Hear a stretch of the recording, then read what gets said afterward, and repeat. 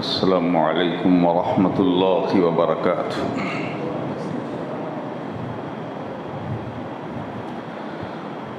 الحمد للہ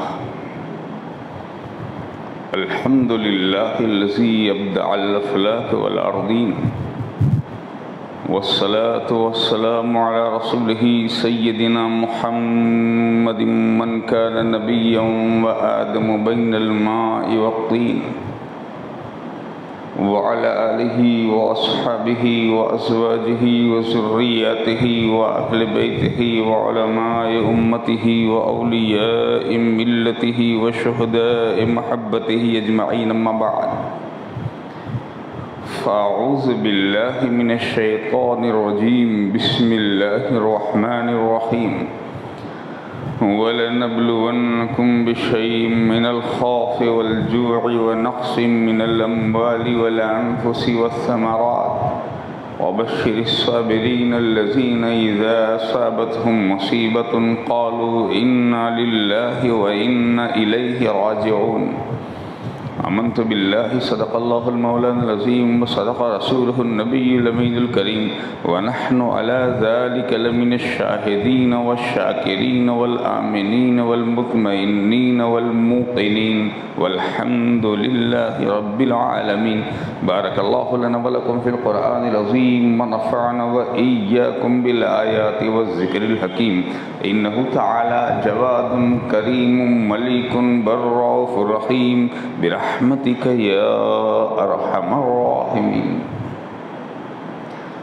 خطبہ مسنون کے بعد کلام ربانی کی جس آئے حقانی کی تلاوت کا شرف حاصل کیا ہے،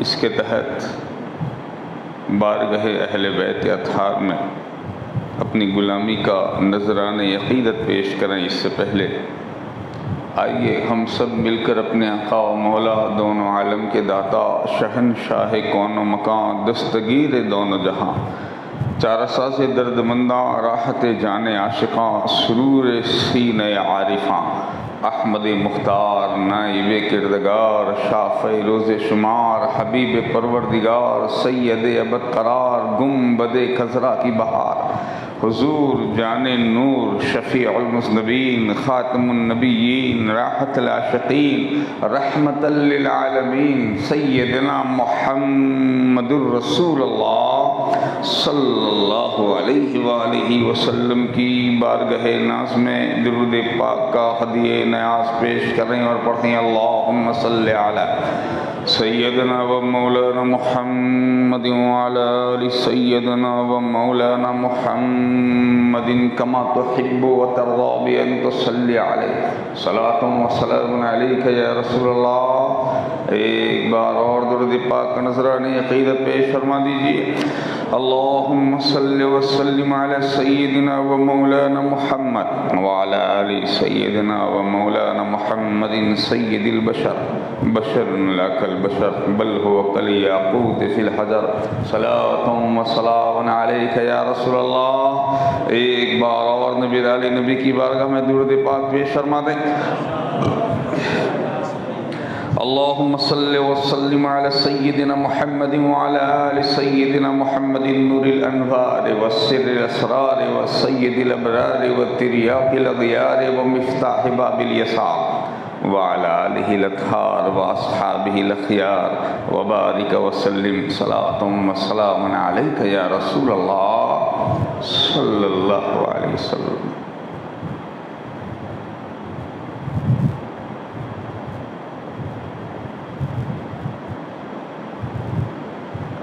مرتبہ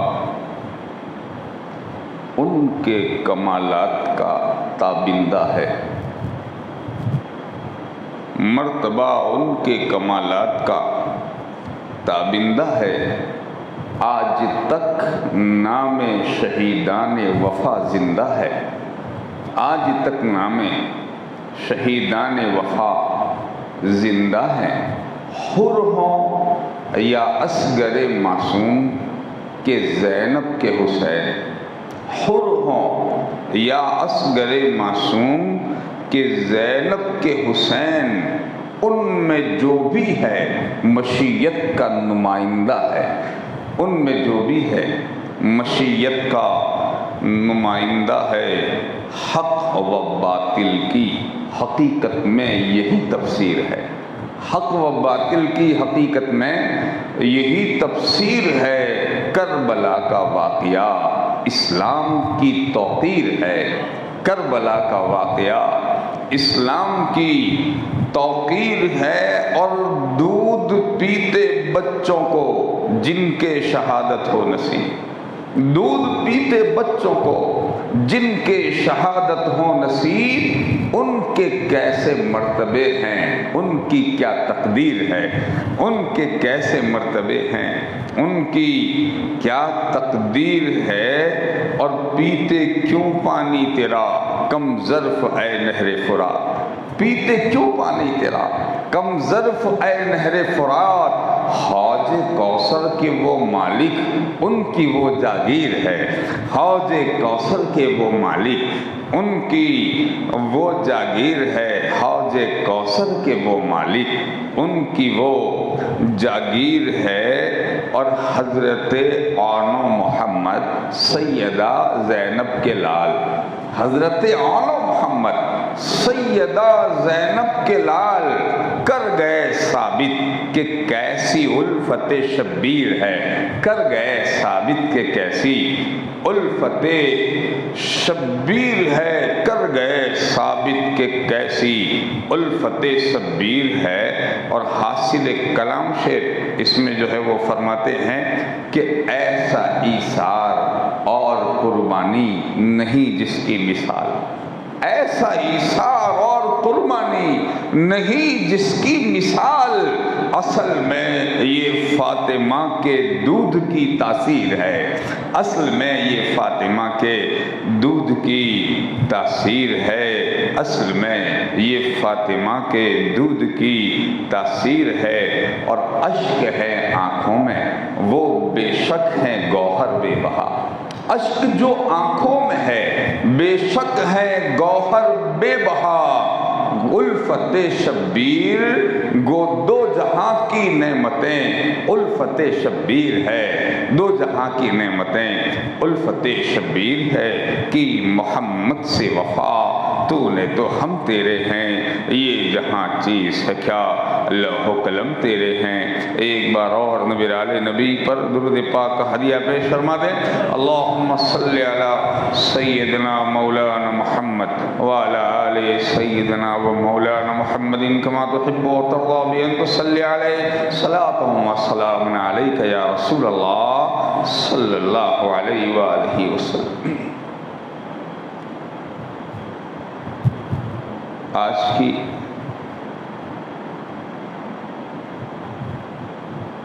اس بزم نور میں جو اہل نور کے ذکر اور اہل نور کے کمالات و فضائل کے تعلق سے منعقد کی گئی ہے، جس کے بارے میں ہمارے امام نے ارشاد فرمایا تھا، تیری نسل پاک میں ہے بچہ بچہ نور کا، تو ہے عین نور تیرا سب گھرانہ نور کا۔ اہل نور کی یہ محفل نورانی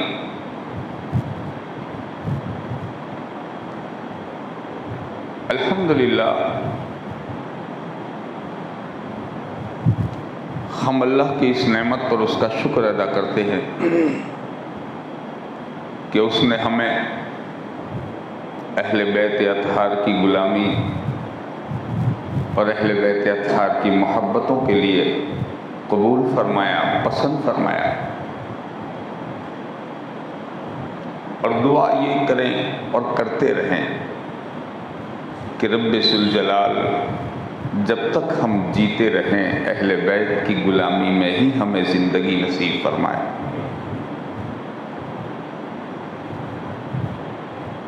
محفلیں اور بھی ہوتی اور ایک محفل یہ بھی ہے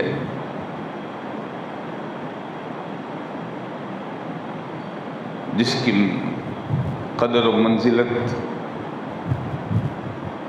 صرف وہی جان سکتے ہیں جن کو اللہ نے قدر پہچاننے کی معرفت عطا فرمائی ہو۔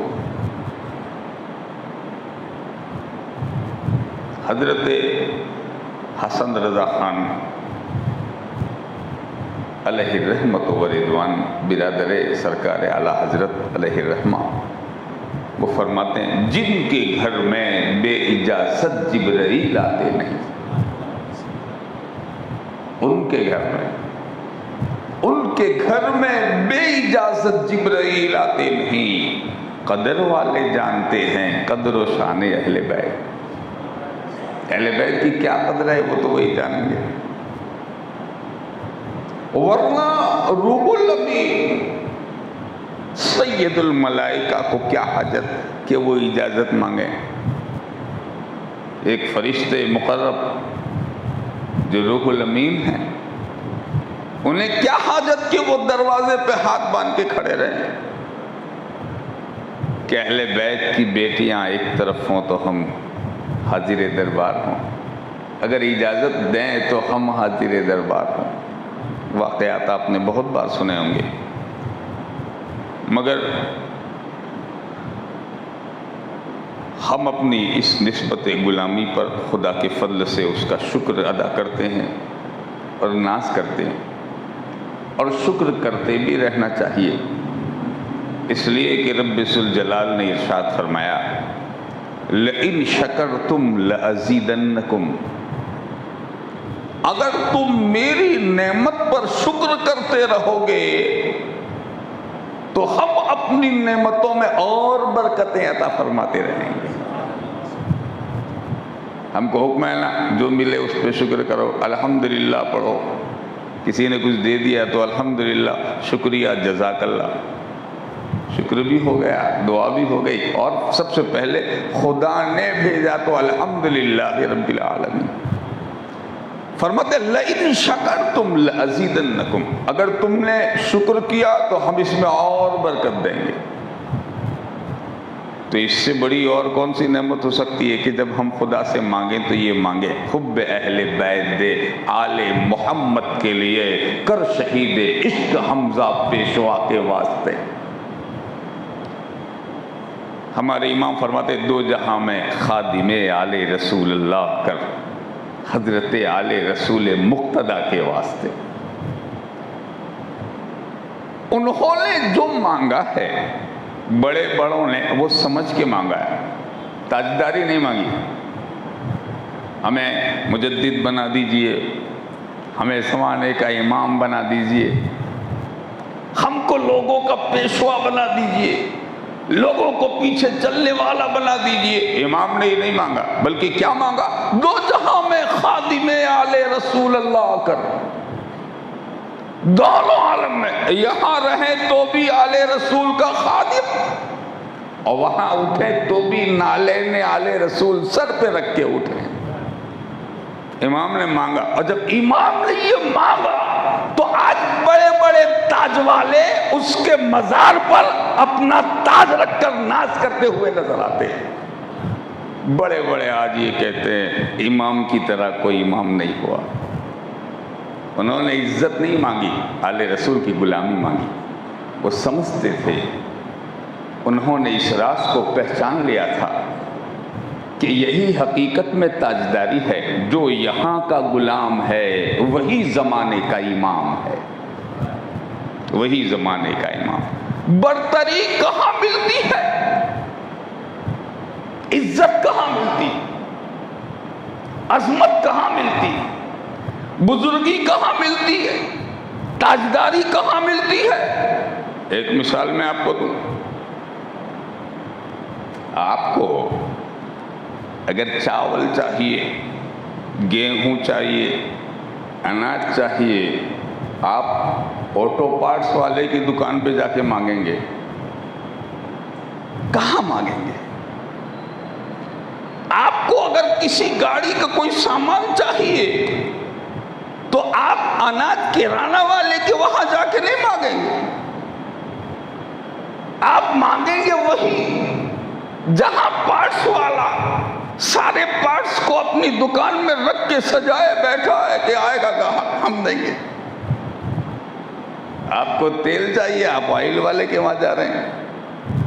آپ کو کھانے کی چیز چاہیے، آپ کرانہ والے کے وہاں جا رہے ہیں۔ علم چاہیے، مدرسے میں ملے گا۔ یہ ساری چیزیں ہر کسی کا ایک مقصد، ایک مخرج، ایک مصدر ہوتا، جہاں سے جو چیز ملتی ہے وہ اس کا مسکن ہوتا۔ یہی ہوتا ہے نا۔ آل محمد کے گھر میں کیا ہے؟ آل محمد کے گھر میں اللہ نے دونوں عالم کی عزتیں رکھ دی ہے۔ اب جس کو عزت چاہیے وہ محمد کے گھر میں جائے، وہ آل رسول کے گھر جائے، وہاں سے عزت ملتی ہے، وہاں سے تاجداری ملتی ہے۔ اس لیے کہ خدا نے عزتوں کے لیے چن لیا ہے نبی کا گھرانہ۔ خدا، ارے یہ معمولی گھرانہ نہیں ہے۔ واقعات تو اپنی جگہ رہ جائیں گے اگر ساری تشریحات کرنے بیٹھیں گے، مگر ایک بات میں صرف فرض کر دوں، دنیا میں وہ واحد ایک گھرانہ ہے، دنیا میں پیغمبر کا گھرانہ، سلام علی یاسین، سلام علی یعقوب، ایک گھرانہ دنیا میں۔ سارے گھرانے ان کے صالحین کی تعریف، ان کے عابدوں کی تعریف، ان کے پرہیزگاروں کی تعریف اور لوگوں کی تعریف ہو رہی ہے اعمال کی بنیاد پر، مگر میرے رسول کا گھرانہ وہ ہے کہ رب فرماتا ہے سلام علیکم اہل البیت، اے میرے نبی کے گھر والوں، تمہارا رب العالمین تم کو سلام فرماتا ہے۔ ہے کوئی ایسا گھرانہ جس کو خدا سلام کہے، جس کو رب العالمین سلام فرمائے؟ دوستو وہ اس لائق ہیں کہ ہم ان کے قدموں میں اپنی عزتوں کو قربان کر دیں۔ یہ وہ گھرانہ ہے۔ اسی لیے اتنے بڑے عظیم مقصد کے لیے، دین کو بچانے کے لیے، اسلام کی کشتی کو کنارے لگانے کے لیے، اپنے دین کی بقا کے لیے، اللہ نے اپنی شریعت کے استحکام اور مضبوطی کے لیے، قرآن کی حمایت و حفاظت کے لیے اللہ نے کسی خاندان کو پسند نہیں کیا، پسند کیا تو اپنے محبوب کے خاندان کو پسند کیا۔ اور جب پسند کیا خدا نے، تو انہوں نے بھی پیچھے پلٹ کے دیکھا نہیں دیکھا۔ ایک ہی تو بات تھی نا، صرف ایک ہی بات تھی، حسین مان جائیں، آقا حسین مان جائیں۔ یہ ہمارے لیے کہنا بڑا آسان ہے، اور اس نے بھی بڑی آسانی سے کہہ دیا تھا کہ ہاتھ دے دیں، بڑی آسانی سے کہہ دیا تھا بیعت کر لیں۔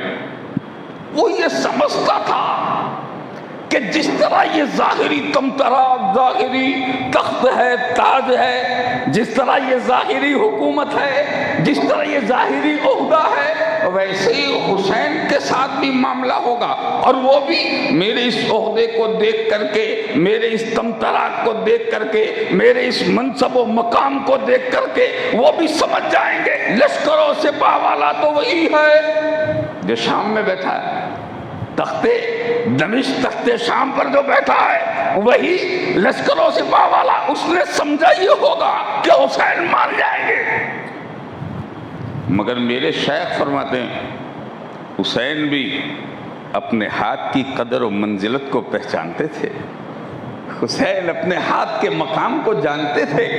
وہاں کربلا میں جو ایک ہاتھ نہتا تھا، وہ ہاتھ اکیلا حسین کا ہاتھ نہیں تھا، یہ 1,00,000 کم و بیش 24,000 یا 2,00,000 کم و بیش 24,000 رسولوں کے ہاتھ کی نیابت کرنے والا ہاتھ تھا۔ یہ محمد عربی صلی اللہ علیہ وسلم کا نائب ہے، یہ ہاتھ معمولی نہیں تھا۔ امام نے ارشاد فرمایا حسین سر دے سکتا ہے، ہاتھ نہیں دے سکتا، ہاتھ نہیں دے سکتا۔ اور پھر وہی ہوا جو رب العالمین کی مشیت تھی۔ خیر بات بہت طویل ہوگی، مگر میں یہ عرض کروں اسی ہاتھ کی عزت کو بچانے کے لیے صرف یہ نہ سمجھنا وہ حسین امام حسین علیہ السلام، ہم سبقت میں بول دیتے ہیں، حقیقت میں وہ اس لائق ہیں کہ انہیں 1000 بار علیہ السلام کہا جائے۔ ورضی اللہ تعالیٰ عنہ، وہ حضور سیدنا امام حسین رضی اللہ تعالیٰ عنہ، یہ ہاتھ صرف یہی نہیں کہ وہ ہاتھ وہ تنہا امام حسین کا ہاتھ تھا، اس ہاتھ میں زمام ہے، لگام ہے، نکیل ہے، کس کی؟ دین کی۔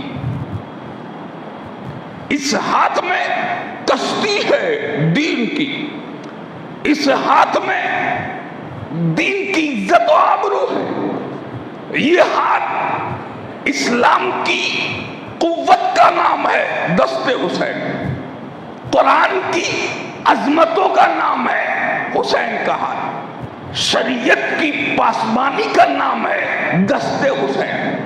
اسی لیے تو غریب نواز فرماتے ہیں سرداد نداد دست در دست یزید، انہوں نے ہاتھ نہیں دیا کا مطلب یہ نہیں ہے کہ اپنا ہاتھ نہیں لیا، بلکہ غریب نواز بھی یہ فرماتے ہیں کہ انہوں نے سر دے دیا مگر انہوں نے اسلام کی عزت یزید کو نہیں دی ہے۔ ہاتھ نہیں بچایا، اسلام کی عزت بچائی، دین کی عزت بچائی، شریعت کا وقار بچایا، اسلام کا تمطراق بچایا، قرآن کی آبرو بچائی، نبی کی ڈوبتی ہوئی کشتی کو بچایا، اور یوں کہیے ہم سارے گنہگاروں کو جہنم میں جانے سے بچایا، وہ حسین ہے۔ آقا حسین نے معمولی کام نہیں کیا ہے، سر دے دیا، ہاتھ نہیں دیا، اسی ہاتھ کی عزت کے لیے، بلکہ اب لفظوں کو ہم تبدیل کر کے یہ کہیں گے اسی دین کی حفاظت کے لیے آقا حسین نے مدینہ طیبہ سے ہجرت فرمائی، جہاں تک آپ نے سماعت فرمایا تھا کل۔ مدینہ شریف سے نکلے کہاں؟ مکہ المکرمہ کی طرف۔ راستے میں ایک صحابی رسول سے ملاقات ہوئی، حضرت عبداللہ بن مطیع رضی اللہ تعالیٰ عنہ سے۔ انہوں نے عرض کی حضور کہاں کا ارادہ؟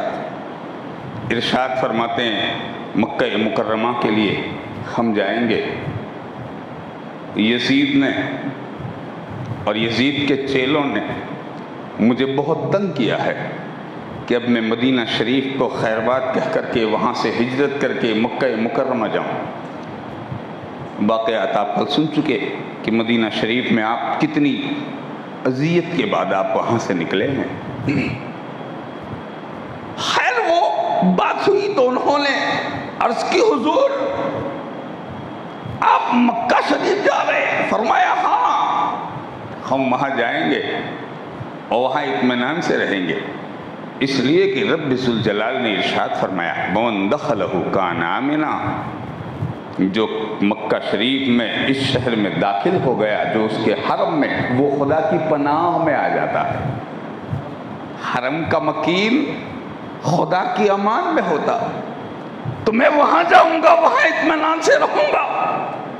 انہوں نے عبداللہ بن مطیع وہ کہہ رہے ہیں حضور مگر ایک بات کا خیال رکھیں، آپ یہاں سے وہاں تو تشریف لے جاتے ہیں مگر ہرگز وہاں سے کوفہ جانے کا عزم نہ فرمائیں، کوفہ کا ارادہ نہ کریں، اس لیے کہ وہ اپنے عہد سے چر جانے والے، انہوں نے آپ کے والد کو بے دردی سے شہید کیا، انہوں نے آپ کے بھائی امام حسن مصطفیٰ کو ستایا، نیزہ مارا، یہ لوگ اپنے عہد پر قائم نہیں رہنے والے، لہذا آپ مکہ مکرمہ ہی میں رہیں، آپ کوفہ جانے کا قصد نہ فرمائیں۔ آپ نے دعائیں دی، وہ رخصت ہوئے، مکہ شریف میں آپ کا ورود ہوا۔ جب آپ کا دخول کعبہ شریف میں جب آپ داخل ہوئے تو اہل حرم آپ کے استقبال کے لیے آگے بڑھے، اہل حرم کی خوشیوں کی کوئی انتہا نہیں۔ کبھی اس کے جد اعلیٰ، کبھی ان کے نانا نے اس حرم کو حرم بنایا تھا۔ کعبہ انہی کی برکت سے تو کعبہ ہے، کعبہ انہی کی بدولت قبلہ ہے، جس کے نانے کے ارادے کے توسط خدا نے کعبے کو قبلہ بنایا۔ کبھی انشاءاللہ تفصیل عرض کریں گے۔ مگر جس کی وجہ سے کعبہ بنا، کعبہ قبلہ بنا، اب وہی مہمان پھر حرم میں پلٹ رہے ہیں۔ تشریف لائے، لوگ ذوق در ذوق، شوق در شوق آپ کی بارگاہ میں حاضر ہوتے، ہر گھر میں آپ کو لے جایا جاتا، دعوتیں ہوتی، اطمینان سے رہ رہے، خدا کی عبادت میں مشغول ہیں، حرم کی زیارت ہوتی، طواف کعبہ ہو رہا ہے، لوگ فیض حاصل کر رہے ہیں، امام حسین علیہ السلام کے دست مبارک کو چوم کر کے لوگ برکتیں حاصل کرتے۔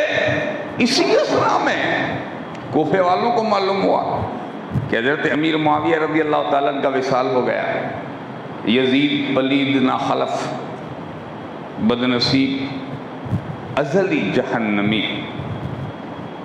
وہ کرسی پہ بیٹھا ہے، تو کوفے والوں نے یہ مشورہ کیا کہ ہم امام عرش مقام کو خط لکھیں کہ وہ تشریف لائیں، ہم آپ کے والد کے شیعہ ہیں، چاہنے والے ماننے والے، لہذا آپ یہاں تشریف لائیں، ہم آپ کے ہاتھ پہ بیعت کریں گے اور ہم آپ کو اپنا بادشاہ تسلیم کرتے ہیں۔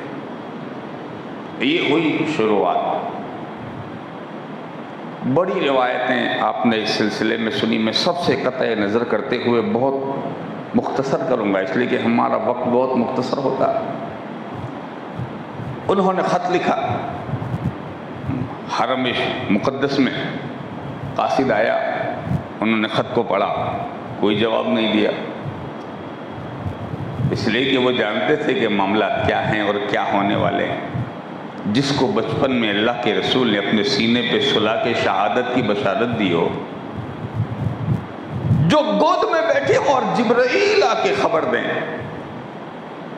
جن کے بابا مولا علی مشکل کشا جس کی شہادت گاہ سے کبھی گزرے تو گزرتے ہوئے یہ کہیں یہاں میرا بیٹا شہید کیا جائے گا، جس کی شہادت اتنی مشہور ہو کہ حضرت ابو ہریرہ رضی اللہ تعالیٰ عنہ یہ فرماتے تھے کہ ہم حسین کے بچپن سے یہ سنا کرتے تھے کہ حسین کربلا میں جا کر کے شہید ہو جائیں گے، ان کو کربلا میں درجہ شہادت ملے گا۔ تو اتنی مشہور شہرت تھی اس شہادت کی، وہ بھی اسی سرزمین کی۔ تو آپ نے خط کو رکھ دیا، کوفیوں نے دیکھا کوئی جواب نہیں ملا، پھر دوسرا خط، پھر تیسرا خط، روایت میں آتا ہے 12,000 خط، 12,000 انہوں نے خط لکھے، بلائے۔ ایک یہاں سے اس بات کا پتہ چلتا ہے وعدہ کر لینا کوئی آسان کام نہیں ہے، اور اگر آپ سمجھ لیجیے وعدہ کر لینا آسان ہے تو نبھانا اتنا آسان نہیں۔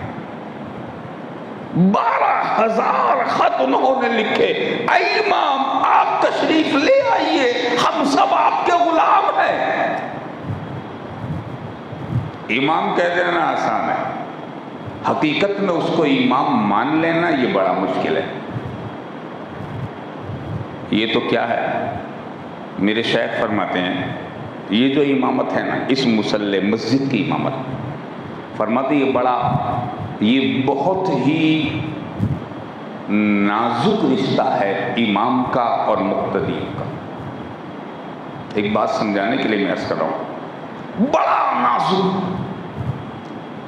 فرماتے کم سے کم مقتدی کو اتنا یقین ہونا چاہیے کہ میں جس کے پیچھے نماز ادا کر رہا ہوں وہ سچا ہے، اس کے اندر کوئی ایسا عیب نہیں ہے جس سے اس کے پیچھے نماز نہیں ہوتی، اور اگر دل میں کھوٹ ہے، خامی ہے، اس کے پیچھے نہیں ہوتی، پھر بھی پیچھے اس امام کے۔ دل میں کوئی کینہ ہے، بغض ہے، پھر بھی پیچھے اس امام کے۔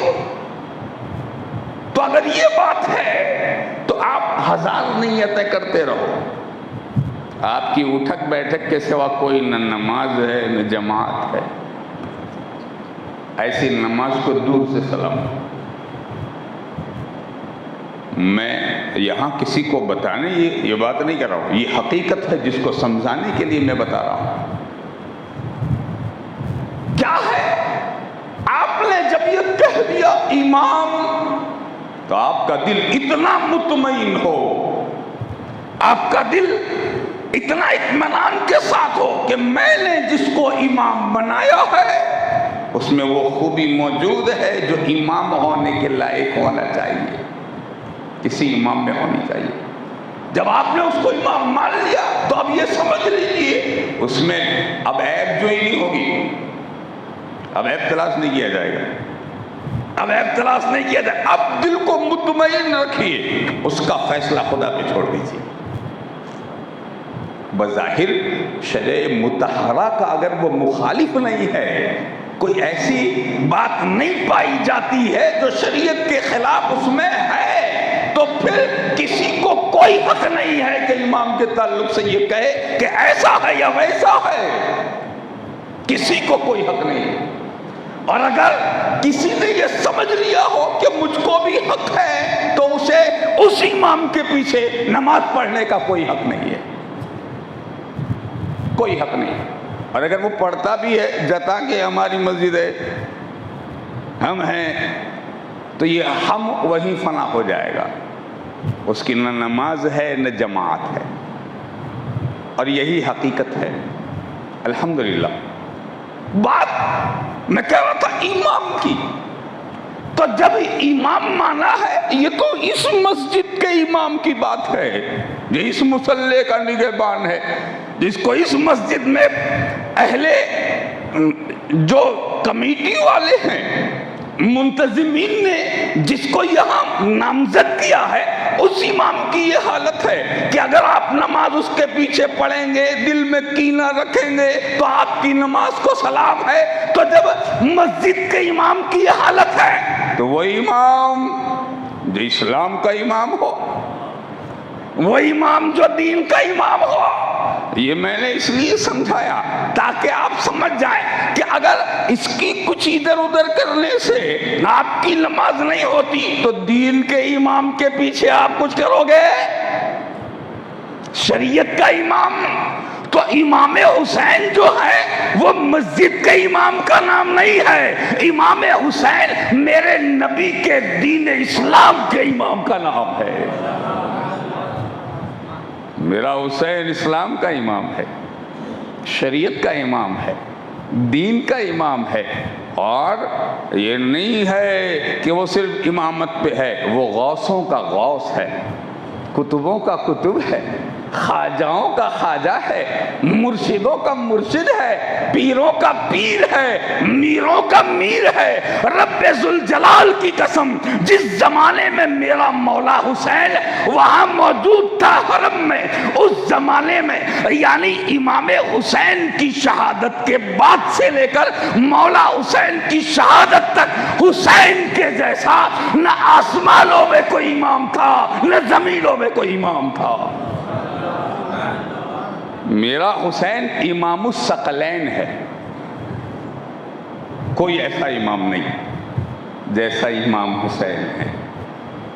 اچھا تب بھی تھے اب بھی ہیں، ایسا نہیں کہ پھر امامت خدا نے چھین لی شہادت کے بعد، وہ امام اسی جگہ پہ خدا دینے کے بعد لیتا نہیں، ان کے بعد آپ کے صاحبزادے امام زین العابدین اس پوسٹ پر پہنچے اور اس مقام پر رہے، امام باقر، امام جعفر، امام تقی، امام نقی، امام حسن عسکری، امام علی موسیٰ رضا، امام موسیٰ کاظم، امام مہدی تک۔ ان کے مسند پر ایک شہزادہ بیٹھا جس کو زمانہ غوث اعظم بھی کہتا ہے، ناؤ ترا دینے والے، ڈوبوں کو جلا دینے والے، مشکلوں کو مٹا دینے والے، مردوں کو حیات دے دینے والے۔ ارے جب بیٹا عبد القادر ایسا ہے تو ان کا جد اعلیٰ کیسا ہوگا؟ سرکار امام حسین علیہ السلام۔ خیر بات بہت لمبی ہو جائے گی، مگر یہ سمجھ لیجئے انہوں نے جب خط لکھا اے حسین آپ آ جائیے، اور 12,000 خط آئے، اور آخری خطوں میں وہ یہ لکھنے لگے کہ اگر آپ یہاں نہیں آئیں گے تو ہمیں مجبوراً اس ناپاک کی بیعت کرنا پڑے گی۔ اس خبیث جو دمشق شام کے تخت پر بیٹھا ہوا ہے یزید پلید کی، تو امام کے لیے بھی اب کوئی چارہ نہیں تھا کہ آپ انکار کرتے، اس لیے کہ امت کو بچانا یہ امت کے ناخدا کے ہاتھ میں۔ اگر آپ یہاں مسجد نہیں بناتے، اگر آپ یہاں وہ امام نہیں رکھتے، تو لوگوں کو کہاں کہاں کیسے کیسے امام کے پیچھے نماز پڑھنا پڑتی، کہاں کہاں جانا پڑتا۔ یہ سمجھ لیجیے اگر اصل نہیں ہوتی تو لوگ کہاں جاتے؟ تو امام نے بھی سمجھا کہ واقعی اگر ہم نہیں جائیں گے تو پھر لوگوں کو وہاں وہ لوگ اس کی بیعت کر لیں گے، اور قیامت کے دن وہ لوگ سوال اگر کر لیں گے، اے حسین ہم نے تو بلائے تھے آپ نہیں آئے، ہم نے تو مجبوری میں اس فاسق کو اپنا امام مان لیا تھا، تو پھر آپ کو کیا جواب آپ دیں گے؟ تو امام نے سوچا قیامت کے دن خدا کو جواب دینے سے بہتر ہے کہ ہم ابھی ان کو جواب دے دیں، ہم چلے جائیں۔ صحابہ نے مشورہ کیا کہ سرکار آپ نہ جائیں، وہ بڑے بے وفا ہوتے ہیں، انہوں نے آپ کے والد کے ساتھ دغا کیا، انہوں نے آپ کے بھائی کے ساتھ دغا کیا، ظلم کیا، تو مشورہ یہ ہوا کہ ہم نہ جائیں گے، پہلے اپنے بھائی کو بھیجیں گے، اپنے چچا زاد بھائی حضرت سیدنا مسلم ابن عقیل رضی اللہ تعالیٰ عنہ کو انہوں نے اپنا نائب بنا کر کے کوفہ بھیجا۔ بہت طویل روایتیں، واقعات، سب سے قطعی نظر کر کے میں یہ کہوں کہ حضرت سیدنا امام مسلم تشریف لے جا رہے ہیں، ساتھ میں دو چھوٹے فرزند بھی، محمد و ابراہیم علیہم السلام رضی اللہ عنہما، انہوں نے بھی عرض کی حضور ہم بھی آپ کے بغیر نہیں رہیں گے۔ دو بیٹے ایک باپ، حضرت سیدنا مسلم بن عقیل اور حضرت محمد ابراہیم، یہ چل پڑے سواری پہ سوار ہو کر کے، ادھر کوفی منتظر ہیں امام آئیں گے، اور جیسے ہی انہیں معلوم ہوا کہ حضرت مسلم رضی اللہ تعالیٰ عنہ امام مسلم تشریف لے گئے ہیں اور وہ حسین کے نائب بن کے، تو انہوں نے راستے میں آنکھیں بچھا دی، استقبال کیا، بڑی عزت و تکریم کے ساتھ اپنے گھروں میں لے گئے، دعوتیں کی۔ روایت میں آتا ہے ایک دن میں 18,000 کوفیوں نے آپ کے ہاتھ پہ بیعت کیا، ایک دن میں 18,000 کوفی آپ کے مرید بنے، اور اس بات پہ مرید بنے کہ جئیں گے آپ کے ساتھ، مریں گے آپ کے ساتھ۔ وعدہ، یہ وعدہ بڑی اہم چیز ہے، بڑی اہم چیز ہے۔ مختصر یہ سمجھ لیجئے کہ ہم بھی اپنے پیروں سے وعدہ کرتے ہیں، اپنے بزرگوں سے گناہ نہیں کریں گے، نیکیاں کریں گے، نماز نہیں چھوڑیں گے، سارے وعدے ہم کرتے ہیں نا، ہاتھ میں ہاتھ دے کر کے، کوئی چادر پکڑ کے، کوئی ہاتھ پکڑ کے، کوئی دونوں ہاتھ ملا کے۔ یہ جو وعدہ ہے نا، اس کو یہی سمجھ لیجئے، یہ جو ہاتھ اوپر والا ہوتا ہے یہ مرشد کا ہاتھ ہوتا ہے، نیچے والا جو ہوتا ہے وہ مرید کا ہاتھ ہوتا ہے، مگر حقیقت کیا ہے؟ یہ جو اوپر والا ہے یہ حقیقت میں نائب ہے شہید کربلا کے ہاتھ کا، یہ نائب ہے غوث اعظم کے ہاتھ کا، یہ نائب ہے غریب نواز کے ہاتھ کا، یہ نائب ہے محبوب الہی کے ہاتھ کا، یہ نائب ہے گنج شکر و قطب الدین و نظام الدین و علاء الدین و عقی سراج الدین و حضرت سیدنا چراغ دہلی نصیر الدین کے ہاتھ کا نائب ہوتا ہے یہاں۔ تو آپ کو معلوم ہونا چاہیے اور یاد رکھنا چاہیے کہ آپ کس کے ہاتھ میں ہاتھ دے کے کہہ رہے ہیں کہ اب سے برائی نہیں کریں گے، گناہ نہیں کریں گے، نماز نہیں چھوڑیں گے، شریعت کی غیر اتباع یعنی شریعت کی نافرمانی نہیں کریں گے۔ آپ کو خیال ہونا چاہیے کہ میں نے جس ہاتھ میں ہاتھ دیا ہے وہ صرف اپنے پیر کا ہاتھ نہیں ہے، وہ غریب نواز کا ہاتھ ہے، وہ غریب نواز کا ہاتھ ہے، وہ غوث پاک کا ہاتھ ہے، وہ قطب الدین کا ہاتھ ہے، وہ فرید الدین کا ہاتھ ہے۔ اب آپ سمجھ گئے ہوں گے وعدے کی اہمیت کتنی بڑی ہوتی ہے۔ اچھا، یہ جو ہم وعدہ کرتے ہیں ہم، وہ اپنی زندگی کے لیے، ہماری زندگی شریعت کے مطابق کاٹیں گے، دوسرے کے لیے تو نہیں نا، دوسرے کی زندگی کی ہم ضمانت نہیں لیتے، اپنی زندگی شریعت کے مطابق کاٹیں گے۔ یہ وعدہ ہم پیر سے کرتے ہیں، اور انہوں نے جو وعدہ کیا تھا نا، انہوں نے جو وعدہ کیا تھا وہ وعدہ کیسا تھا؟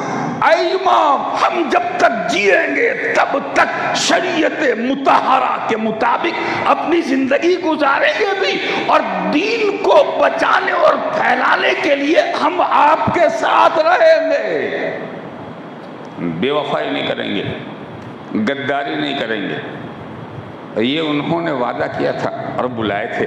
حضرت امام مسلم کے ہاتھ پہ 18,000 نے جب بیعت کی اور مان گئے تو امام مسلم نے بھی خط لکھا حضرت امام حسین علیہ السلام کو، جیسا کہ وعدہ فرمایا تھا کہ اگر ماحول اچھا ہو تو آپ خط لکھیں، ہم آ جائیں گے۔ امام حسین علیہ السلام کو وہ خط لکھتے ہیں کہ آپ تشریف لائیں، اے سرکار یہ لوگ حقیقت میں وعدے کے وفادار ہیں، انہوں نے 18,000 نے بیعت کی ہے اور یہ 18,000 مرنے مٹنے پر آمادہ ہے۔ امام کو ادھر خبر پہنچی، آپ تشریف لانے کے لیے تیار ہوئے، ادھر سے آپ نکلے، اور ادھر کلمہ پڑھنے والوں میں کچھ وہ بھی تھے جو کلمہ تو پڑھتے تھے مگر ان کے دلوں میں کینہ ہے، بغض ہے، عداوت ہے، نمازی بھی ہے اور حاسد بھی، نمازی بھی ہے اور دل کالا بھی ہے، نمازی بھی ہے اور آل رسول کے غدار بھی ہیں، نمازی بھی ہے اور آل محمد سے بے وفائی کرنے والا معاملہ بھی دل میں چھپا ہوا ہے۔ وہ نہیں سمجھتے تھے کہ ہم جس کی نماز پڑھتے ہیں یہ نماز اسی گھرانے کی دولت و نعمت ہے۔ انہوں نے نہیں اس بات کا خیال کیا کہ تلاوت تو ہم روز کرتے ہیں مگر ہمارے باپ دادوں کے گھر میں نہیں اترا، انہی کے جد کریم پر یہ قرآن نازل ہوا ہے، یہ قرآن ہمیں وہیں سے ملا ہے۔ انہوں نے بھلا دیا، تلاوت ہو رہی ہے، نمازیں پڑھ رہے ہیں، روزدار بھی ہیں، تقوی والے بھی ہیں، مگر دل میں بغض اہل بیت۔ دوستو، خدا نے وہ مہر لگائی، ایسی مہر لگائی کہ رہتی دنیا تک لوگ ان پہ لعنت بھیجتے رہے۔ وہ رسول کے زمانے سے دور نہیں تھے، بہترین زمانے کے قریب، وہ متقی تھے، پرہیزگار تھے، پارسا تھے، ہم سے زیادہ نیکیاں کرنے والے، ہم سے زیادہ خدا سے ڈرنے والے، ہم سے زیادہ تقوی و پرہیزگاری والے، مگر ان کا ایک ہی ان کے اندر خامی پائی گئی، اور وہ کیا تھی؟ آل رسول سے دغا، آل رسول سے بدعہدی، بے وفائی۔ تو کیا ان کی نمازوں نے ان کو بچا لیا؟ ان کے روزوں نے بچا لیا؟ ان کے حج و زکوٰۃ نے بچا لیا؟ ان کے تقوی و طہارت نے بچا لیا؟ جب تک دنیا رہے گی تب تک ان پر لعنتیں ہوتی رہے گی، اور جب قیامت میں یہ اٹھیں گے تو سیدہ کائنات کے سامنے یہ روسیہ ہو کر کے پیش کیے جائیں گے، اور ان کے پاس مولا علی کے سامنے جواب دینے کے لیے کوئی لفظ نہیں ہوگا۔ وجہ صرف یہی، عداوت اہل بیت۔ تو ایک سبق اس سے ہم سیکھ لیں کہ اگر دل میں آل رسول سے تھوڑی بھی کچھ ہے، اللہ تعالیٰ ایک ذرے کے کروڑویں ذرے سے بھی ہمارے دلوں کو پاک فرما دے۔ تھوڑی بھی اگر کچھ ہے تو نہ نماز بچائے گی، نہ روزہ بچائے گا، نہ حج بچائے گی، نہ زکوٰۃ بچائے گی۔ آپ عمرے کرتے رہو، آپ حج کرتے رہو، کچھ نہیں ہوگا، اس لیے کہ یہ عمرہ اسی گھر کی دولت و دین ہے، یہ حج اسی گھر کی نعمت ہے، یہ نماز اسی کی برکت سے ہے، یہ ساری فضیلتیں وہیں سے آئی ہے۔ جڑ سے کٹ گئے تو درخت کتنا بڑا ہوگا، ہر پتا گرنے ہی والا ہے، سوکھ جائے گا۔ تو دوستو، مختصر میں آپ کو یہ بتا دوں کہ حضرت امام مسلم تشریف لے گئے، انہوں نے بیعت کی اور امام نے عرض کیا سرکار تشریف لے آئیں۔ امام حسین ادھر سے نکلے، ادھر سے یزیدیوں نے جو کچھ جاسوس تھے، بظاہر کلمہ پڑھنے والے تھے مگر جاسوس تھے، جن کا ذکر قرآن مجید میں بھی رب ذوالجلال نے انہی طرح کے لوگوں کا ذکر فرمایا ہے جو پہلے زمانے میں تھے۔ تو یہ لوگ، انہوں نے کیا کیا؟ یزید کو قاصد بھیجا اور اطلاع دی کہ جلد آ، کوفے کی خبر لے، ورنہ تیرے ہاتھ سے حکومت چلی جائے گی۔ یہاں حضرت مسلم بن عقیل کے ہاتھ پر کوفیوں نے بیعت کر لی ہے، سنا ہے امام حسین بھی آنے والے، ان کے آنے سے پہلے تو جلد سے جلد کوفے کا انتظام کر، ورنہ پھر حکومت کی خیر نہیں۔ اب وہ تو تھے ہی دنیا پرست، دنیا کے لیے، جس کے دل میں حب دنیا ہو وہ کچھ بھی کر سکتا ہے۔ دنیا کی محبت جس کے دل میں سما جائے اس کے سامنے دین کی کوئی اہمیت نہیں ہوتی۔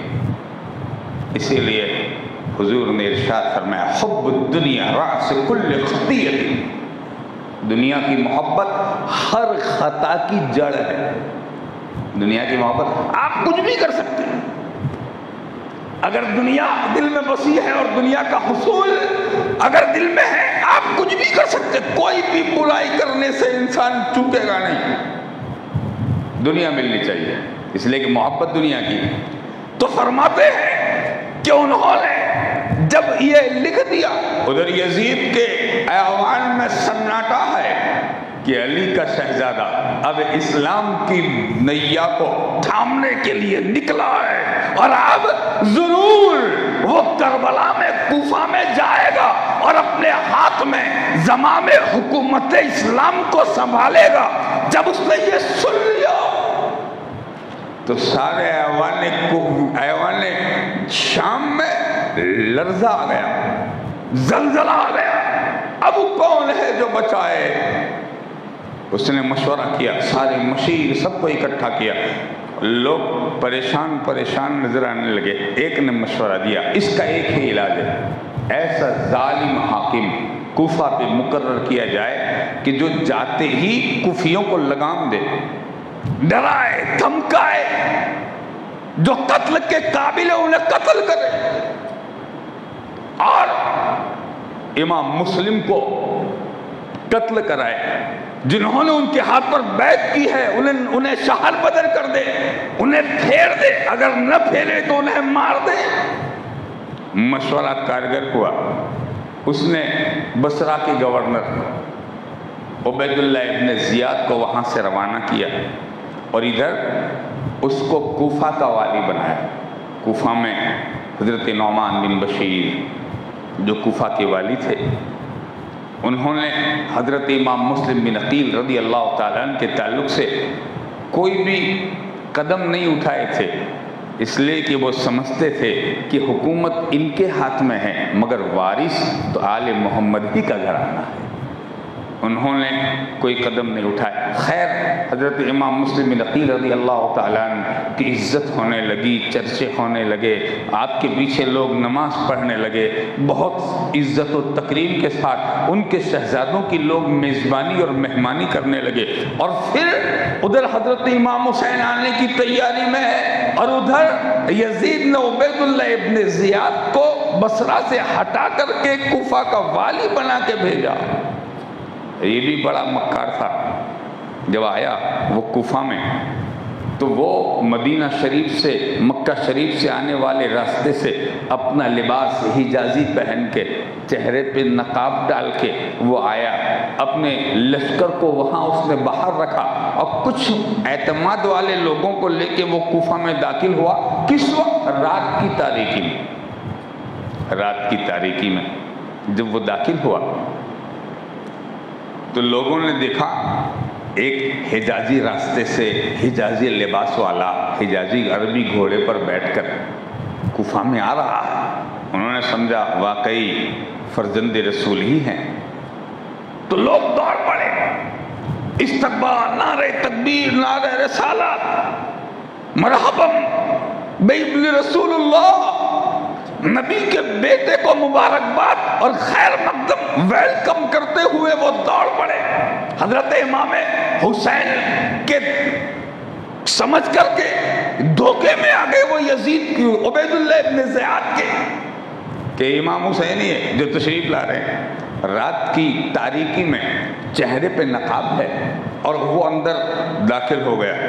اس نے یہ چالاکی کی تھی کہ اگر ایسے ہی بغیر نقاب کے جائیں گے تو پہچان لیں گے، اندر جانا مشکل ہو جائے گا، تو اس نے نقاب ڈالا، اندر گیا، کچھ بولا نہیں، دل میں کڑتا رہا۔ جب لوگ حسین ابن علی زندہ باد کے نعرے لگاتے تھے، اس سے پوچھئے اس کے دل پہ کیا گزرتی ہوگی، کیا گزرتی ہوگی۔ یزیدی کردار اس وقت یہ تھا، آج بھی ہے نا، آج بھی ہے۔ آپ حسین ابن علی کا نعرہ لگائیے، آپ اہل بیت کا نعرہ لگائیے، جب زندہ باد کہیں گے تو کچھ زندوں کو مرد آباد ہونے کا گمان ہوگا کہ ہم وہ زندہ باد ہیں، ہم مرد آباد ہیں۔ جس کے دل مر گئے، عقیدت و محبت کے سے خالی ہو گئے، ان کا یہ حال۔ تو حضرت حسین کے نام کے نعرے لگ رہے، گورنر ہاؤس تک وہ پہنچ گیا دارالامارت میں۔ اس نے وہاں نعمان بن بشیر جو تھے گورنر ہاؤس کے جو گورنر تھے کوفہ کے، انہوں نے دروازے بند کروا لیے اور وہ اوپر چڑھ کے پکارنے لگے، اے حسین آپ واپس چلے جائیں، ہم آپ کے لیے دروازے نہیں کھولیں گے۔ اس لیے کہ ان کو بھی خطرہ تھا نا یزید سے، یزیدیت سے، یہ امانت ہم آپ کے حوالے نہیں کریں گے۔ تو آگے بڑھا اور آگے بڑھ کے چہرے سے نقاب ہٹا کا دروازہ کھول دے، میں عبید اللہ ابن زیاد بصرہ کا والی، اب سے کوفے کا والی۔ سارا تختہ پلٹ گیا، وہ اندر گیا اور اندر جانے کے بعد میں دروازے بند کر دیے، اور بند کرنے کے بعد پھر مشاورت ہوئی، اس نے دھمکایا، ڈرایا، کوفے والوں کو جتنے بھی بڑے بڑے لوگ تھے سب کو بلایا، اور بلانے کے بعد سب کو قید کر دیا، سب قید ہو گئے، سب بڑے بڑے لوگوں کو اس نے بڑی بڑی دھمکیاں دی، اپنے خاندان والوں کو سمجھاؤ، اپنے گھر والوں کو سمجھاؤ، اور سب کو پیغام بھیجو کہ وہ مسلم بن عقیل کو ہمارے حوالے کریں اور امام حسین کی بیعت سے پھر جائیں۔ اگر کسی کے گھر سے ان کی محبت کی خبر آئی، ان کی بیعت کی خبر آئی، اگر کسی کو ہم نے ان کا محب اور محبت کرنے والا دیکھا تو اس کے گھر کو گرا دیا جائے گا، اس کے بچوں کو قتل کر دیا جائے گا، اس کی لاش کو قتل کر کے اس کے دروازے پہ لٹکا دیا جائے گا۔ کوفیوں نے جب یہ دھمکی سنا تو دل پھر گئے، ذہن پھر گئے، دماغ پھر گئے، نیتیں بدل گئی، اور ابھی تک جو آل محمد صلی اللہ علیہ وسلم کی وفاداری کے وعدہ کرنے والے تھے وہ سب اپنے اپنے گھروں میں منتشر ہو گئے۔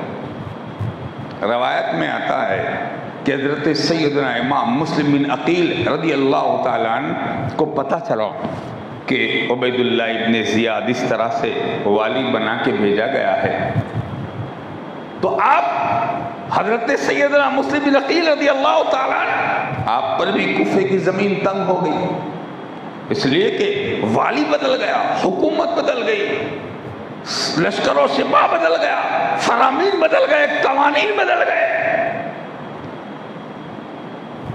راوی کہتے ہیں کہ جس شام کو آپ نے نماز مغرب یا نماز عشاء ادا کی، اس جماعت میں آپ کے پیچھے پوری مسجد بھری ہوئی تھی، پوری مسجد، اور جب آپ نے سلام پھیرا اور نماز کو مکمل کیا تو آپ نے دیکھا پوری مسجد خالی ہے، کوئی نہیں، بے یارو مددگار، تنہا، اکیلے۔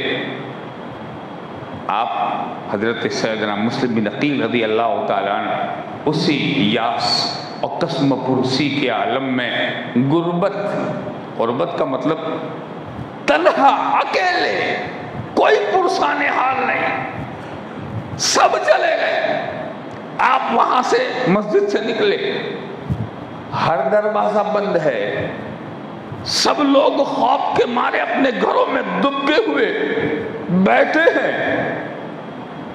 آپ ایک مقام پہ گئے، دیکھا ایک دروازہ کھلا ہے، اندر تشریف لے گئے. کس کا مکان ہے؟ حانی بن عروہ. حانی کا مکان جو کوفہ کے معزز لوگوں میں سے تھے. تاریخ میں بہت ساری باتیں اس سلسلے میں لکھی ہوئی ہے. میں صرف حصول یادداشت کے لیے میں صرف یہ بات عرض کر دوں کہ حانی سے کچھ باتیں ہوئی آپ کی، اور حانی نے کہا کہ اگر آپ نہیں آتے تو ہم آپ کو نہیں بلاتے. حضرت امام مسلم نے فرمایا میں غریب، تنہا، بے یار و مددگار، مسافر، میں آسرے کے لیے یہاں آیا ہوں. حانی نے اندر استقبال کیا، اندر لے گئے، اور پھر امام مسلم وہاں قیام پذیر ہوئے. عبید اللہ ابن زیاد نے دوسرے دن اپنے قاصدوں کو، اپنے جاسوسوں کو، اپنے چیلوں کو، دوسرے لوگوں کو، پولیس کو لگایا کہ حضرت مسلم کو تلاش کریں. وہ ڈھونڈتے رہے، ملے نہیں. آخر یہ ہوا کہ حضرت سیدنا امام مسلم کو تلاش کرنے کے لیے اس نے بہت چھان بین کی، بڑی کوشش کی. اپنے ایک نوکر کو جس کا نام تھا معقل بن یسار، اس کو اس نے 3000 دینار دیے اور کہا کہ کسی بھی طرح سے مسلم کا پتہ لگا لو. وہ آیا مسجد میں. حانی مسجد میں نماز پڑھ رہے ہیں. اس نے وہ بیٹھا رہا بہت دیر تک، اور حانی کو، حضرت حانی کو اس نے نماز کے بعد قریب گیا، سلام کیا، اور پھر وہ کہنے لگا اے معزز بزرگ، مجھے فرزند رسول کی تلاش ہے، وہ اس وقت کہاں ہے؟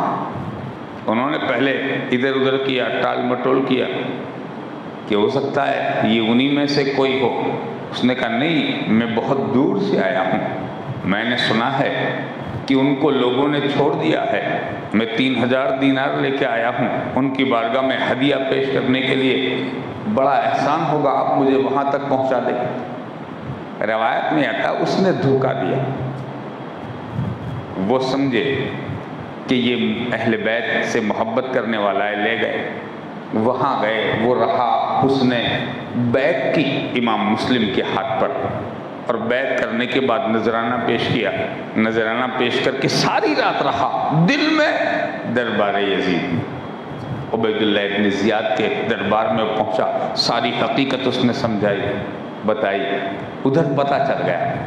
ادھر اس نے سپاہیوں کو بھیج کر حانی کو بلا بھیجا. اور حانی جب وہاں گئے تو اس کے پہلے سے دوستانہ تھا حانی کے ساتھ عبید اللہ ابن زیاد کا. کہا ہم اتنے دن سے آئے، آپ ملے نہیں. کہا طبیعت ٹھیک نہیں. کہا طبیعت تمہاری اچھی ہے مگر تمہاری نیت خراب تھی، اس لیے تم نہیں آئے. تم نے مسلم بن عقیل کو ہمارے خلاف اپنے گھر میں چھپا رکھا ہے. تم ہمارے لیے سازشیں کرواتے ہو اپنے گھر میں.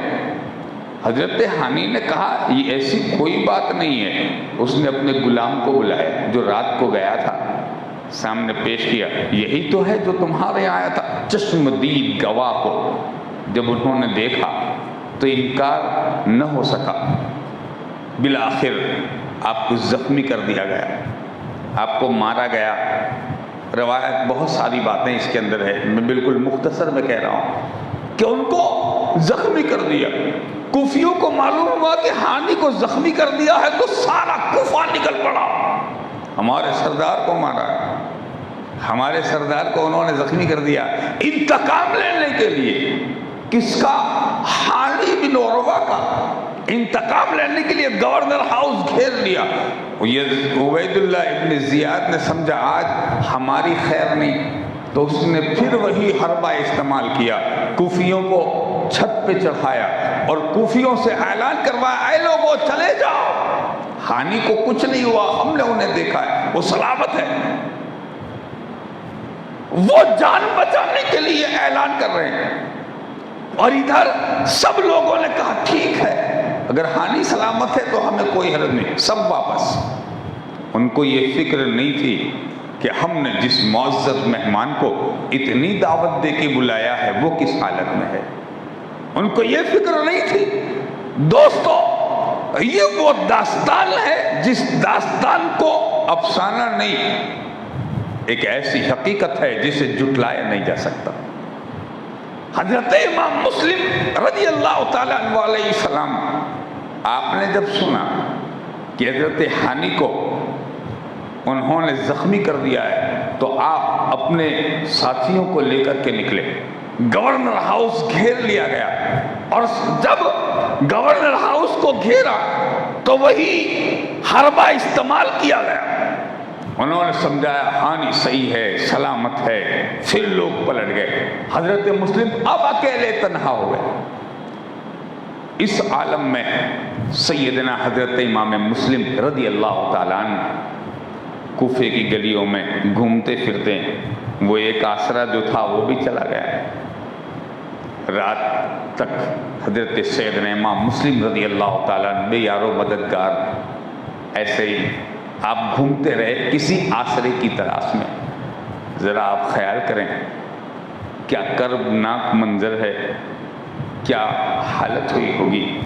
حضرت سیدنا امام مسلم رضی اللہ تعالیٰ عنہ کی اتنا معزز مہمان جس کو امام حسین اپنا نائب بنا کے بھیجے، اتنے عزت والے کہ جو رسول کے دین کو بچانے کے لیے سب سے پہلا کوفہ میں نائب حسین بن کر کے جائے، انہوں نے ساتھ چھوڑ دیا یہ تنہا آسرا ڈھونڈنے کے لیے۔ آج تک جس کے راستے میں لوگ اپنی پلکیں بچھاتے تھے، جن کی دعوتیں کرتے تھے، جن کے قدموں کی برکتیں حاصل کرتے تھے، اب انہوں نے ہی ساتھ چھوڑ دیا ہے۔ حضرت امام مسلم رضی اللہ تعالیٰ عنہ رات کی تاریکی میں آسرا ڈھونڈ رہے ہیں۔ ایک دروازہ کھلا نظر آیا، اس کے قریب گئے، دیکھا ایک بوڑھی عورت بیٹھی ہے۔ آپ نے اس سے فرمایا مائی پانی دے دو۔ اندر گئی، پانی لائی، آپ نے پانی پیا، وہ اندر پھر گئی، واپس باہر آئی تو دیکھا امام مسلم علیہ السلام رضی اللہ تعالیٰ عنہ وہیں بیٹھے ہوئے۔ اس نے کہا اے مسافر آپ گئے نہیں، پانی نہیں پیا؟ کہا ہم نے پانی پی لیا۔ کہا اب اپنے گھر جائیے۔ کہا ہم غریب الدیار ہیں، ہمارا کوئی مکان نہیں، ہمارا مسکن یہاں نہیں ہے۔ کہا لگتا ہے آپ مدینۃ الرسول سے تشریف لائے۔ کہا میں وہی ہوں جس پر لوگوں نے اپنے دروازے بند کر دیے ہیں اور اپنی جان کو بچانے کے لیے آل محمد کی جان کی لوگوں نے پرواہ چھوڑ دیا ہے۔ حضرت امام مسلم نے بھی بات ارشاد فرمائی، اس نے کہا زہ نصیب، وہ نعمت جو مدتوں کی تمناؤں کے بعد بھی لوگوں کو نہیں ملتی، میرا ایسا قسمت، میری ایسی تقدیر و قسمت کہ میرے گھر وہ مہمان چل کے آئے، آؤ میرے گھر میں قیام کرو، ہم آپ کی کنیز ہیں۔ حضرت امام مسلم رضی اللہ تعالیٰ اندر تشریف لے گئے، پانی پیش کیا، اس نے کھانا جو بھی ہوگا معذر اس نے پیش کیا، آپ نے لیا، بستر بچھایا گیا، آپ کو عزت کے ساتھ لٹایا گیا۔ پھر وہ دروازے پہ کھڑی ہے، اور جب دروازے پہ وہ کھڑی رہی تو اس نے انتظار کر رہی، گویا وہ کسی کو تلاش کرتی تھی، کسی کے آنے کے انتظار میں تھی۔ اچانک اس کا ایک نوجوان بیٹا گھر میں داخل ہوا، اس کو کھلایا پلایا سلایا، اور خود اس دروازے پر عزت ادب کے ساتھ کھڑی رہی، دربانی کرتی رہی، اس مہمان کی نگرانی میں، کہیں کوئی تکلیف نہ ہو جائے، کہیں کوئی حاجت نہ پیش آ جائے۔ پھر اس کے بیٹے نے دیکھا کہ میری ماں اس حجرے کی طرف، اس روم کے پاس گھڑی گھڑی آتی جاتی، پوچھا کیا بات ہے؟ کہا بیٹا کوئی بات نہیں۔ کہا بات تو کچھ ہے۔ اس نے کہا ماں نے کہ آج ہماری قسمت اوج پر ہے، آج ہمارا مقدر بیدار ہے، آج ہمارے گھر شب معراج کے دولہے کا شہزادہ تشریف لایا ہوا ہے، آج ہمارے گھر وہ عزت والا مہمان آیا ہے، ہم نے بلایا نہیں، خدا نے اپنے فضل سے بھیجا ہے۔ اس نے کہا میں بھی دیکھوں گا۔ ملاقات ہوئی، مگر وہ دنیا پرست، دنیا کے طالب. پہلے ہی حضور کی وہ حدیث جو سرکار نے ارشاد فرمایا، حب الدنیا رأس کل خطیۃ، دنیا کی محبت ہر خطا کی جڑ، ہر خطا کا سر ہے. یہ اس کے دل میں سمایا ہوا تھا، ارے یہ تو میرے گھر میں، ان کے بارے میں تو اعلان ہوا ہے کہ جو ان کو پکڑ کے لائے گا اسے 1000 درہم انعام دیا جائے گا، 1000 دینار بخشے جائیں گے، اس کو یہ نعمت دی جائے گی. سو گیا، صبح اٹھا، عبید اللہ ابن زیاد کے دربار میں جا کے پیغام پہنچایا، جس کو تم ڈھونڈ رہے ہو میرے گھر میں. محمد بن اسس کندی، اس کو یہ پیغام اس نے دیا، اس نے جا کے عبید اللہ ابن زیاد کو پیغام پہنچایا. وہ 300 آدمیوں کا لشکر لے کر کے ایک اکیلے اہل بیت کو پکڑنے کے لیے وہاں سے نکلے اور آئے. اس سے مختصر یہ ہے کہ ادھر امام کو پتا چلا کہ مجھے قید کرنے کے لیے آئے ہیں، تو آپ بھی تلوار لے کر کے نکلے. راوی کہتے ہیں کہ آپ نے کئی یزیدیوں کو فی نار جہنم کر دیا، ایک اکیلے تنے تنہا، وہ 300. اور پھر حضرت امام مسلم رضی اللہ تعالیٰ اسی عالم میں لڑتے رہے، یہاں تک کہ کئی یزیدی فی نار جہنم ہو گئے. محمد بن اسس نے کہا ان سے تلوار کے ساتھ نہ لڑو، دور کھڑے رہ کے پتھر مارو. چاروں طرف سے پتھر آپ پہ مارے گئے اور اس کے بعد میں آپ کو زخمی کر دیا گیا، حد سے زیادہ خون نکلا، نڈھال ہوئے، لڑکھڑا رہے ہیں، دیوار کے ساتھ ٹیک لگا کے کھڑے ہیں. اللہ اکبر، نہ کوئی یار ہے نہ کوئی مددگار ہے، مگر اس کے باوجود بھی عزم جواں ہے، حوصلہ بلند ہے، اور دین محمدی کی نیابت کرتے ہوئے آپ ابھی بھی اپنے عزم و ارادے میں مستحکم کھڑے ہیں کہ محمد بن اسس نے کہا اے مسلم اب مت لڑو، ہم تمہیں امان دیتے ہیں. امان کا مطلب اب پناہ دیتے ہیں، ہم تمہیں حفاظت دیتے ہیں، تمہیں اب کوئی نقصان نہیں پہنچائے گا. تلوار ہٹا لی گئی، آپ کو اسی عالم میں چاروں طرف سے یزیدیوں نے گھیر لیا اور پھر آپ کے ہاتھ باندھ دیے گئے. حضرت سیدنا امام مسلم رضی اللہ تعالیٰ عنہ کو گورنر ہاؤس میں یزید کے سامنے لے جایا گیا، عبید اللہ ابن زیاد کے سامنے لے جایا گیا. جب وہاں گئے تو دوستو اس نے کہا کیا تم یہاں فتنہ پھیلانے، فساد کرانے اور بغاوت کرنے اور کرانے کے لیے تم کوفہ آئے ہو؟ آپ نے ارشاد فرمایا خدا کا خوف کر، اس کے رسول سے شرم کر، ہم بغاوت پھیلانے نہیں آئے، لوگوں کو اللہ اور اس کے رسول کا تابعدار بنانے کے لیے آئے، ہم شریعت کا پیغام پہنچانے آئے ہیں، ہم یہاں بغاوت کے لیے نہیں آئے، شریعت کی باگڈور کو مضبوطی سے تھام لیں اور لوگوں کے ہاتھ میں دینے کے لیے آئے ہیں.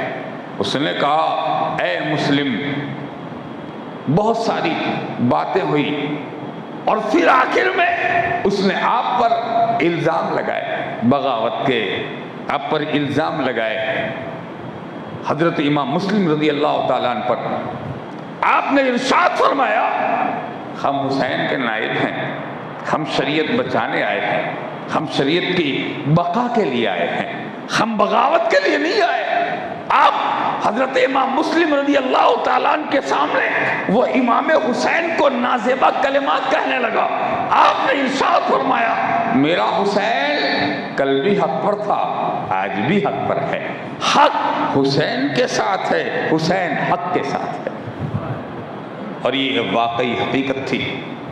عبید اللہ ابن زیاد نے یہ پیغام پہنچا دیا، یہ حکم دیا کہ اس کو اوپر لے جایا جائے اور چھت پر لے جا کر کے اس کو شہید کر دیا جائے. سیدنا امام مسلم ابن عقیل رضی اللہ تعالیٰ عنہ کو چھت پر لے جایا گیا. آپ نے 3 وصیتیں فرمائی. پہلی، میرا 1000 یا 800 درہم کا قرضہ ہے، جو میرا گھوڑا بیچ کر کے ادا کر دیا جائے، میرا پیغام میرے آقا حسین تک پہنچایا جائے کہ وہ اب نہ آئیں، کوفہ والے بے وفا ہو گئے ہیں۔ اور تیسری میری ایک وصیت ہے، میرے بیٹے کوفہ ہی میں کہیں ہے، ان کو یہاں سے لے کر کے مدینہ طیبہ پہنچا دیا جائے۔ ایک اپنے دور کا، اپنے وقت کا سلطان اسلام وہاں کھڑا ہے اور حق کا پیغام دیتے ہوئے جب چھت پر لے گئے تو مکہ مکرمہ سے آنے والے راستے کی طرف منہ کرتے ہیں اور عرض کرتے ہیں، اے امام گواہ رہنا، حق و صداقت کی گواہی دیتا ہوا آپ کا یہ بھائی آپ کے نام پر پہلے شہید ہو رہا ہے۔ دوستو، آپ کے سر اقدس کو تن مبارک سے جدا کیا گیا اور بے دردی سے آپ کو شہید کیا گیا۔ انا للہ و انا الیہ راجعون۔ انشاءاللہ تعالیٰ اگلی گفتگو پھر کریں گے۔ مولا تعالیٰ ہمیں حق و ہدایت پر قائم و دائم فرمائے، ہمارے دلوں میں عشق آل رسول کو پیدا فرمائے اور ہر طرح کی کدورت، کینہ، بغض اور عداوت کا خاتمہ فرمائے۔ آمین۔ وآخر دعوانا ان الحمدللہ رب العالمین۔ کھڑے ہو جائیں بارگاہ رسول